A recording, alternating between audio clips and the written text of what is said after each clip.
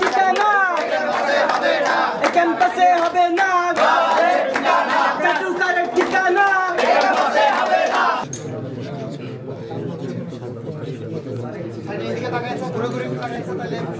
Fascist হাসিনার যে বাহিনী, এই বাহিনীর সাথে এই শিক্ষক যে 1000 একজন শিক্ষক যারা এই বিবৃতি দিয়েছে তারা সম্পূর্ণভাবে সরাসরি জড়িত এবং তাদের আমি আশা করি যে তাদের বিচার হতে হবে এবং তারা যে এখনো যে শিক্ষক যে পদধারী আছে, শিক্ষক পদ নিয়ে বসে আছে বিভিন্ন ডিপার্টমেন্টে, তাদেরকে অবিলম্বে তাদেরকে চাকরিচ্যুত করতে হবে এবং এই ক্যাম্পাসে তাদের আর কোনো ঠিকানা হবে না। বছর ধরে ঢাকা বিশ্ববিদ্যালয়কে ছাত্রলীগের একটি মিনি ক্যান্টনমেন্ট বানাইতে সহযোগিতা করেছে।